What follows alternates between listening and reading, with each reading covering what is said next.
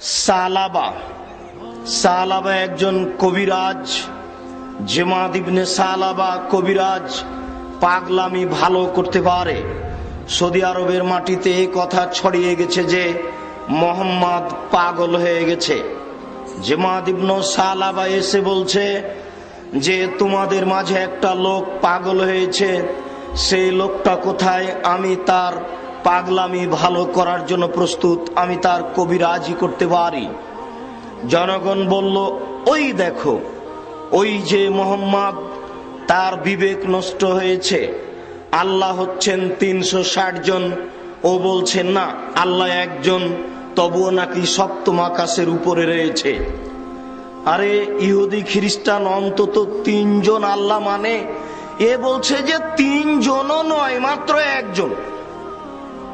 আমরা না হয় 360 জন মানি, তো ইহুদি খ্রিস্টানেরা 360 জন মানে না, অন্তত 3 জন মানে। এ 3 জন মানলেও তো একটা ভালো কথা হয়। এ বলছে যে 3 জনও নয়, মাত্র একজন সপ্তম আকাশের উপরে থাকে। তাই আল্লাহ তাআলা তাদের মন্তব্য নকল করে বলছেন, আজালাল আলিহাতা ইলাহান ওয়াহিদ ইন্না হাযা লা শাইউন উজাব। আরে এতগুলি মাবুদকে একজন করে দিল, এটা তো বিরাট আশ্চর্য। হায় হায়, এ কি বলে কি? এতগুলি মাবুদকে একজন করে দিল, এটা তো বিরাট আশ্চর্য। এ বলে কি? হয় একে হত্যা করতে হবে, না হয় জেলখানায় বন্দি করতে হবে, না হয় দেশ থেকে তাড়িয়ে দিতে হবে, যে কোনো একটা করতে হবে। কেন? আল্লাহ হচ্ছে মাবুদ, হচ্ছে 360 জন, আর এ বলছে যে একজন। কি করে সহ্য করা যায়? তাই তারা বলছে এ পাগল হয়েছে। অন্তত 3 জন বললে না হয় মেনে নেওয়া যেত কষ্ট করেও, একজন মানা যায় কি করে? তাই জেমাদ ইবনে সালাবা বলছে যে আপনার বিবেক নষ্ট হয়ে গেছে, আমি কি আপনার ব্যাপারে কবিরাজি করতে পারি? অনুমতি চাচ্ছে। তো আল্লাহর নবী অনুমতি দিবেন বলে দুটা কথা বলছেন। কথা বলতে হলে আগে আল্লাহর প্রশংসা করতে হয় আর নবীর উপরে দুরূদ পড়তে হয়। এই জন্য এদেশের মাটিতে কোরআন তেলাওয়াত দিয়ে অনুষ্ঠান শুরু হয়, এটাও ঠিক নয়। কোরআন তেলাওয়াত করলেও আগে আল্লাহর প্রশংসা করতে হবে, রাসূলের প্রতি দুরূদ পড়তে হবে, তারপরে আউযুবিল্লাহ বলতে হবে, বিসমিল্লাহ বলতে হবে, কোরআন তেলাওয়াত করতে হবে। এটাই সুন্নাত। শুধু কোরআন দিয়ে অনুষ্ঠান শুরু হবে না। যদি তাই হয় তাহলে আল্লাহ রাসূল এরকম কিছু করলেন না। যে কোনো আলোচনা যদি বড় শাহাদাত বলতে পারেন, হামদ ও সালাত, ভালো কথা, আল্লাহ রাসূলের মুখ দিয়ে প্রমাণ পাওয়া যায়। আর যদি বড় না বলতে পারেন, ছোট বলেন, সহিহ হাদিস দ্বারা প্রমাণ আছে। আলহামদুলিল্লাহ ওয়াহদা ওয়াসসালাতু ওয়াসসালামু আলা মান লা নাবিয়্যা বা'দা। এটা হচ্ছে আল্লাহর প্রশংসা এবং রাসূলের প্রতি দুরূদ পড়ার সবচেয়ে ছোট মাধ্যম।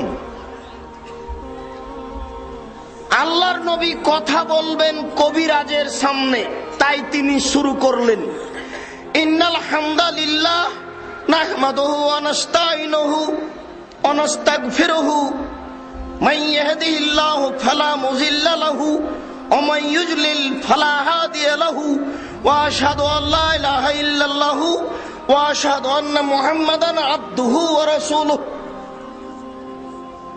আল্লাহর নবী এই পর্যন্ত পড়লেন। নিজেই নবী, নিজেই আল্লাহর প্রশংসা করছেন। এরপরে তিনি নিজের উপরেই নিজের সাক্ষী দিচ্ছেন এবং শান্তির কথা বলছেন। আপনি দুরূদ পড়েন, নবীও দুরূদ পড়তেন। তিনি বলতেন যে আল্লাহ মুহাম্মদ এবং তার পরিবারের উপরে শান্তি অবতীর্ণ করো, যেমন ভাবে ইব্রাহিমের উপরে করেছে। তো তিনি মানুষের সামনে কথা বলবেন, তাই হামদ ও সালাত শুরু করলেন। এটা ছিল আরবি, কবিরাজও ছিল আরবি। আরবি ভাষা, কবিরাজ আরবি ভাষা বুঝতে পারত। আল্লাহর নবী কিন্তু কথা বলেননি, বলবেন তার সূচনা করছেন। আমরাও দেখি এদেশের আলেম ওলামাগণ দেখি জুমার দিন খুতবায় উঠে কি কি যেন আরবি বলেন, অনেকক্ষণ আরবি বলার পরে দেখি আমাদের সাথে কথা বলছেন। এরকম জালসাতেও দেখি যে আলেম ওলামা দাঁড়িয়ে আরবিতে যেন কি বলেন, এরপরে আমাদের সামনে কথা শুরু করেন। আরবিতে যেটা বলেন সেটা হচ্ছে আল্লাহর প্রশংসা এবং নবী প্রতি দুরুদ ও সালাম। আমাদের দেশে সংক্ষিপ্ত একটা মানুষের বানানো দুরুদ আছে, সেটা হচ্ছে নাহমাদুহু ওয়া নুসাল্লি আলা রাসূলিহিল কারীম। এইভাবে হাদিসে নেই, তবে হাদিসে আছে ফাহামিদাল্লাহ ওয়া আসনা আলাইহি, আল্লাহর প্রশংসা করলেন, তারপরে তার গুণকীর্তন বর্ণনা করলেন। এই বাক্যের উপরে হয়তোবা ভারত, বাংলাদেশ, পাকিস্তানের আলেম ওলামা বা অন্য অন্য দেশের আলেমগণ ধরে নিয়েছেন যে নাহমাদুহু ওয়া নুসাল্লি আলা রাসূলিহিল কারীম, এটুকু বলা যাবে। আমরা এটা সরাসরি নাকচ করি না, তবে আল্লাহ রাসূলের মুখের দুরূদ যদি মনে করেন সবচেয়ে ছোট, তাহলে সেটা হলো এই আলহামদুলিল্লাহি ওয়াহদা ওয়াসসালাতু ওয়াসসালামু আলা মান লা নাবিয়্যা বাদা। আর যদি বড় মনে করেন তাহলে যেটা আমরা বলছি সেটা। এবার কবিরাজ আরবি ভাষার মানুষ ছিল, কবিরাজ বুঝে গেছে। কবিরাজ এখন বলছে ইকরা মাররাতান উখরা, আবার পড়েন তো কি পড়লেন, আবার পড়েন তো কি পড়লেন।